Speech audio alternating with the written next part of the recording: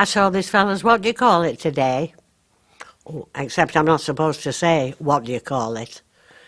Verity says varlet. What do you call it is band. When we cannot find the word we want, we describe. We do not say what do you call it. Well, you won't catch me describing that. Besides, what do you call it is what I call it.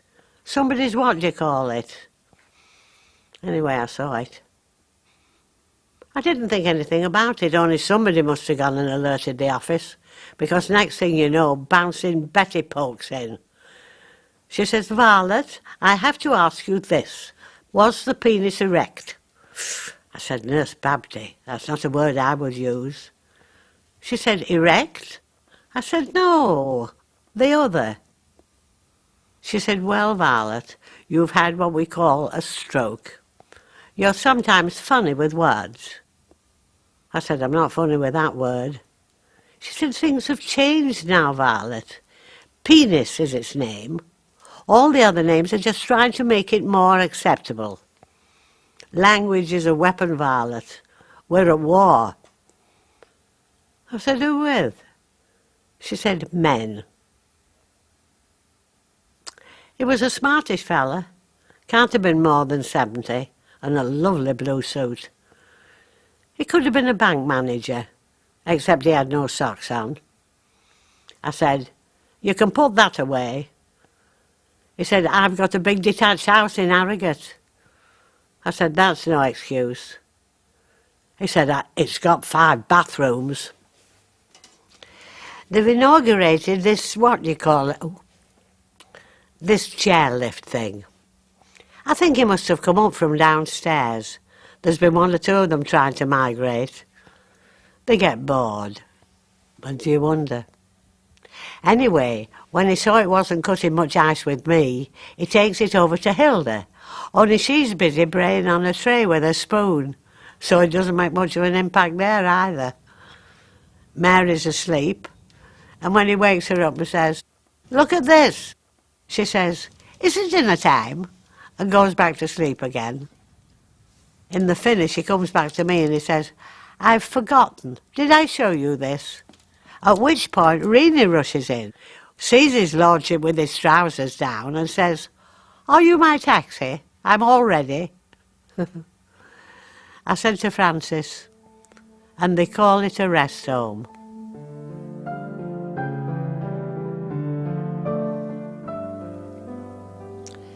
They haven't given it up.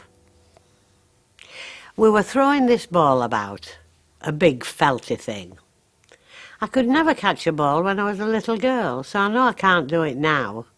Anyway, Nurse Babty comes in and wheels me to the window and says, Violet, having seen this penis, would you like some counselling? I said, Nurse, I'm nearly 95. She said, yes, Violet, but you're a victim, and choose how old you are, you're still flying the flag of gender. I said, well, I think a cup of tea would do the trick, Nurse Bambi, thank you. I call them all nurse. And she is a nurse, only a lot of them aren't. They're just young lasses. Francis is a proper nurse, though. He's got letters after his name.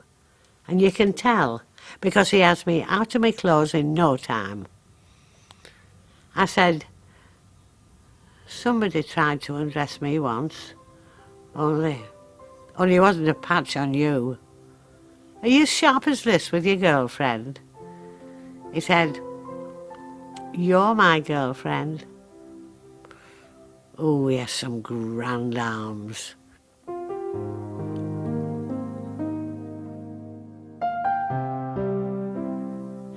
can't reckon up names.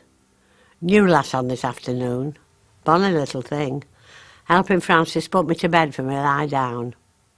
I said, "What's your name, love?" She said, "Devon." I said, "That's never a name, it's a place." She said, "Yes, a very beautiful place. My mum and dad used to go on holiday there." I said, "Well, it's a good job they didn't go to Skegness." Oh, she looks right mad. Only Frances laughs, so she laughs and all. I think she's got her eye on him. I drop off, and when I wake up, there's a fella by my bed. He goes, "Hello." I said, "Hello," and shut my eyes again. They send these folks round to test you. When I open them again, he's still there. "Hello," he goes. A fattish fella, 60-odd, gingery tash. He said, "It's Donald, Mother. I'm your son." Well, it didn't look like a son. It looked more like a father. Big wristwatch, attaché case. One of those green raincoaty things they shoot in. Anyway, I take the notice, and he starts on the hello game again. "Hello. Hello." Made me feel like a budgie. I said, "Bugger off."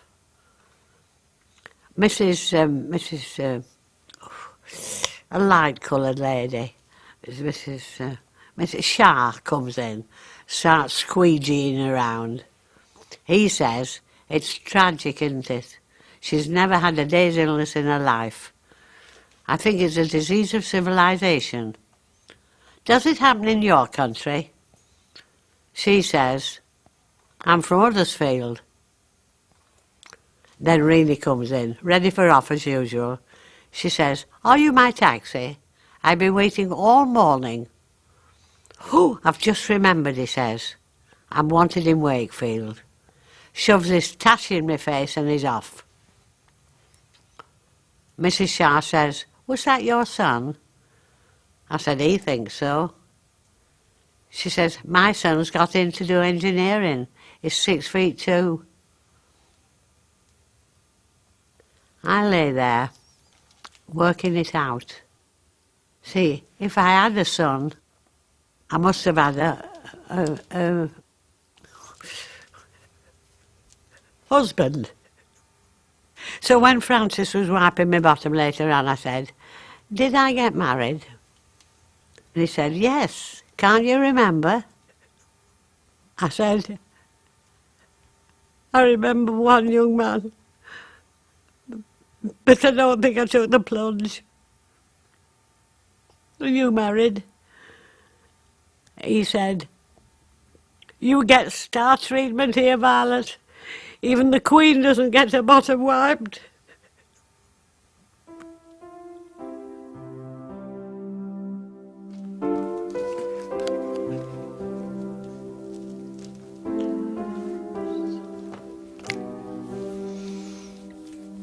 What's her name came round today.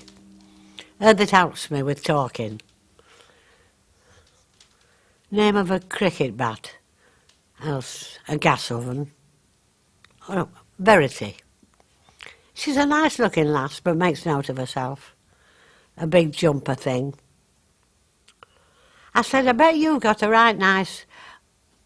She goes, "Describe, Violet, describe." I said, "A right nice..." Them two things with pink ends that men like. Bust. By, she didn't half look knocked. She said, "Things are different now, Violet. Women have control of their own bodies." I said, "Is that why I can't get them to take me to the toilet?"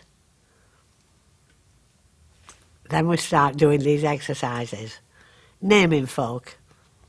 I'm quite good at that. Renee, Mary, Hilda. And then I get stuck. She says, "Describe, Violet." Say, "The lady in the yellow frock." I said, "The black lady." She said, "No, Violet, it's better to say the lady in the yellow frock. I said to Francis, it's a complicated business talking. I never used to give it a thought. He said, what? She wasn't listening. He was miles away. Really quiet. It's not like him. He's generally so full of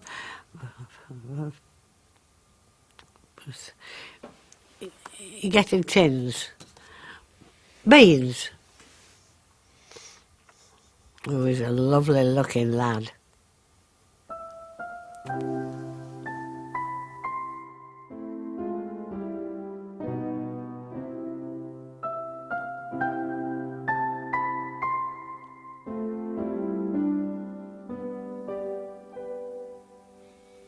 Rena gallops her food.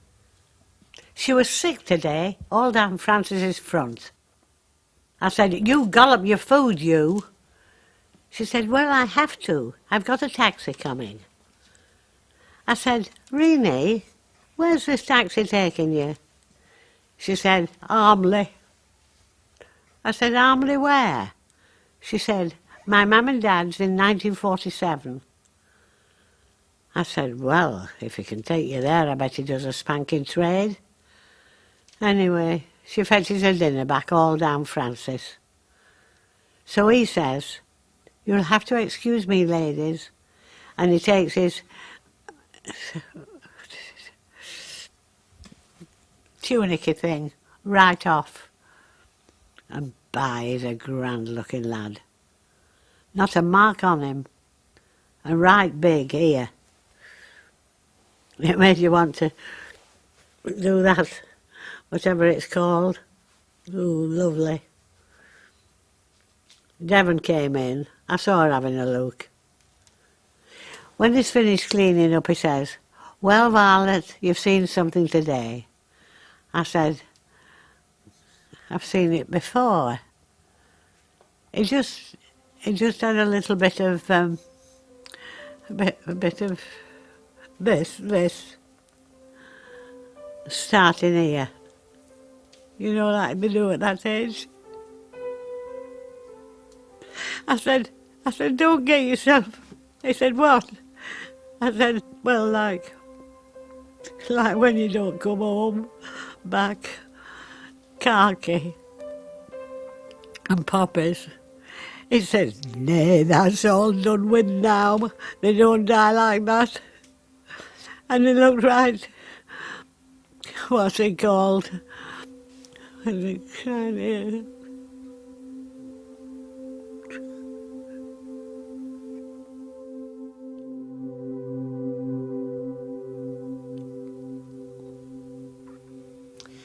I saw my legs today.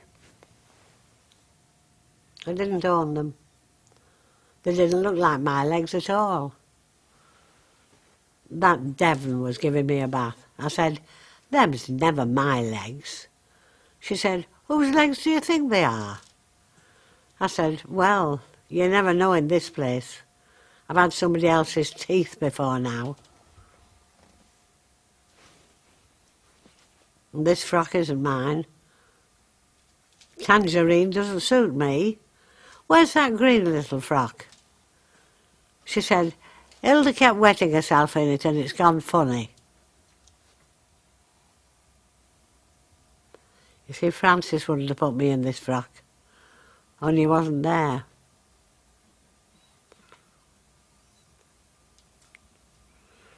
She's putting me back on the bed and I said, well, I've learned one thing. I'm not Betty Grable. She says, who's she? No wonder your talking goes. Even when you get it right, they think you're balmy.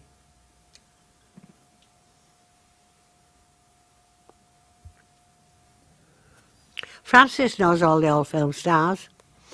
Betty Grable, her that sings, and that one with the cig, and her hair up, bit of a madam.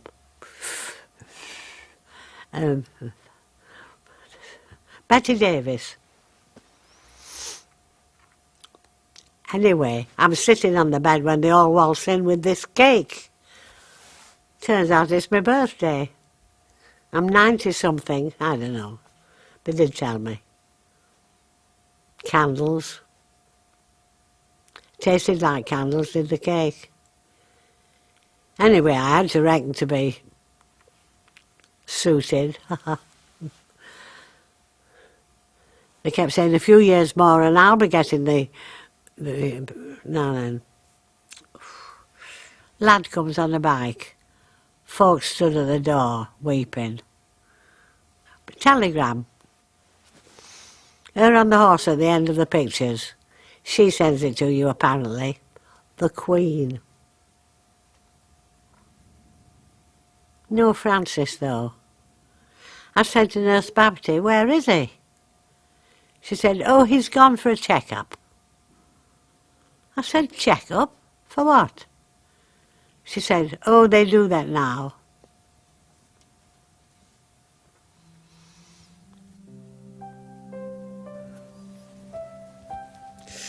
I hate tangerine.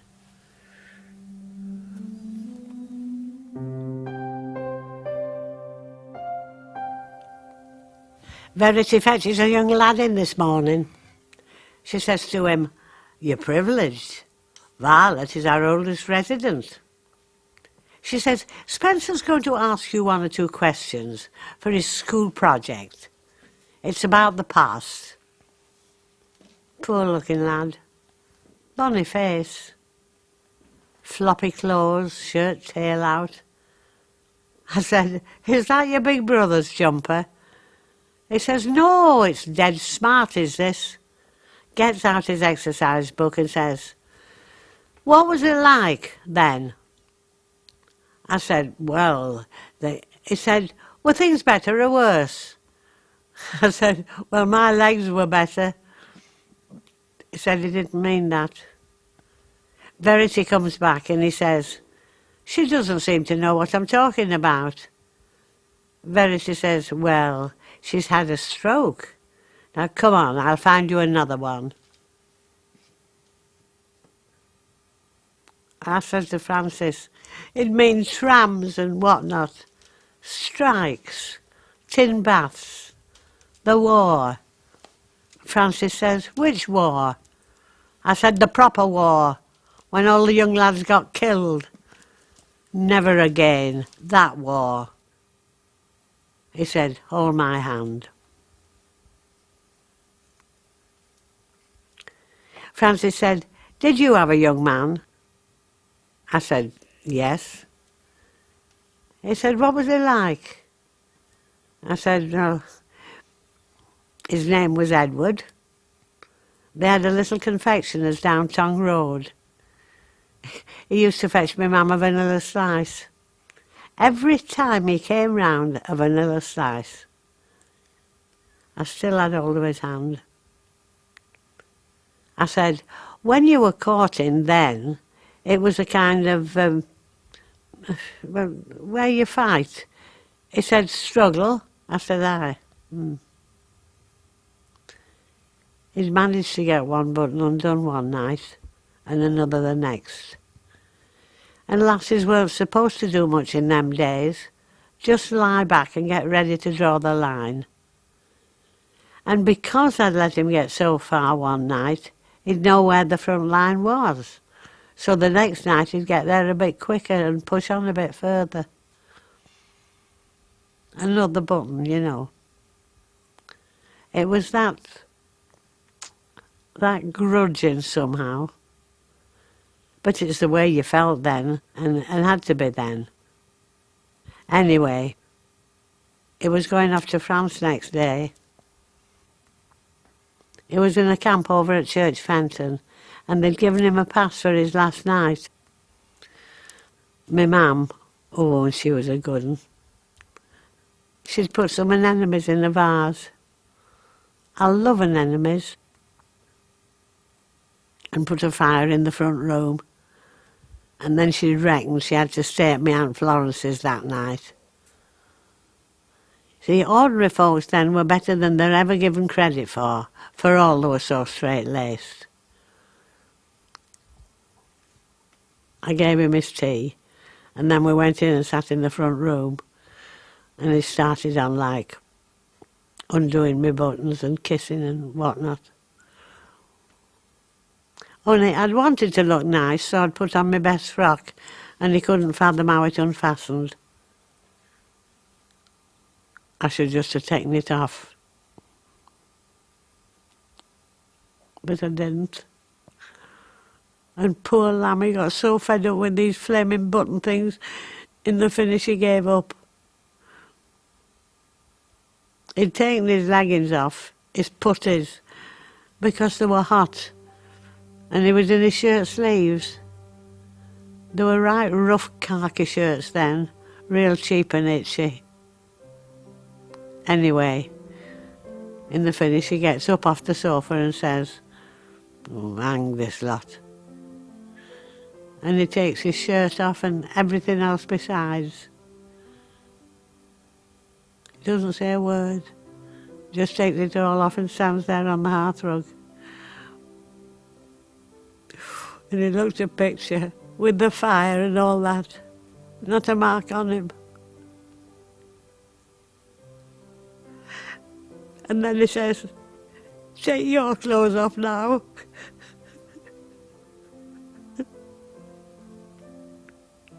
And I didn't. And I wanted him so much. I don't know, it was just the way I'd been brought up. And he stands there looking down at me. And then he picks his clothes up and he goes next door. And after a bit I heard the front door bang.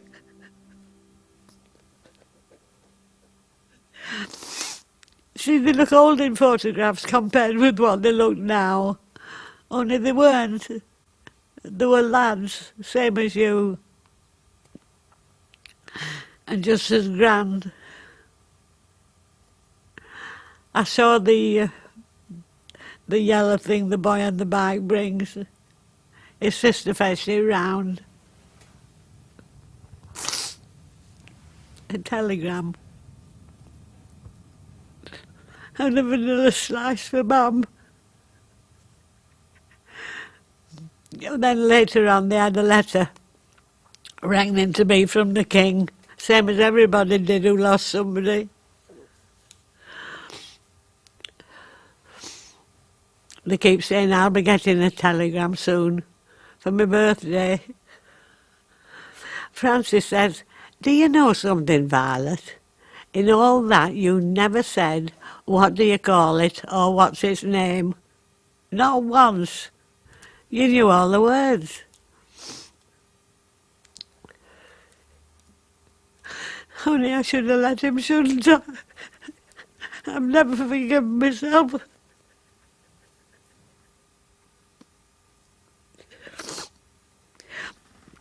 Well, Francis says, "How can you know?" He was still holding my hand. Poor lad. He looks right washed out.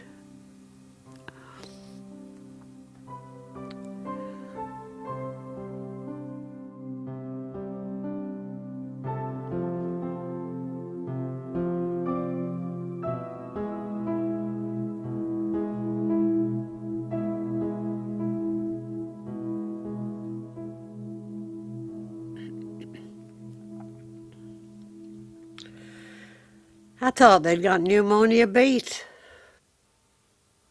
A big strapping lad like Francis. Devon said it was a blessing. He'd have died anyway. I said, "A blessing? A young fellow like that?" And he was such a gentle soul. She was doing my legs, plastering me up with stuff. And right hard hands, not a patch on Francis. I said, "He'd have made some lass a grand husband." She said, "It wasn't lasses, it was lads." I said, "I knew it was lads." She said, "Well, I wish you'd told me." Oh, she was right nasty. I didn't know it was lads, But I wasn't having her telling me. Lads or lasses, it was a love. Reenie's gone and all. Went in the night. They thought I was asleep, so they didn't bother to put the screens round. I saw it all. Putting the white socks on. And a bit of giggling. Right as rain when she came to bed. Made me promise to wake her up if a taxi came. Well, he came in the finish. I said to Francis, no, I didn't.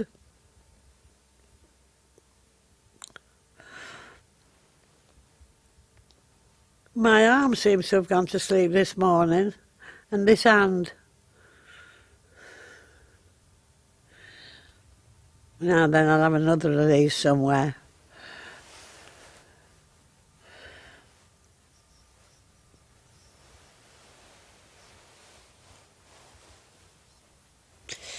I've got sixpence, jolly, jolly sixpence. I've got sixpence. It will last me all my life. I've got twopence to spend, and twopence to lend, and twopence to send home to my wife. You see, if we sang everything, I shouldn't forget.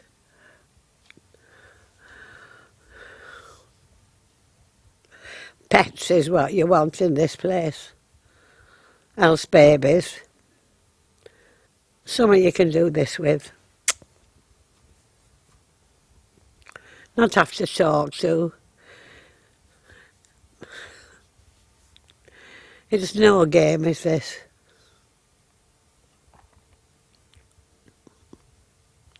We're the pets. Fed and cleaned out every day.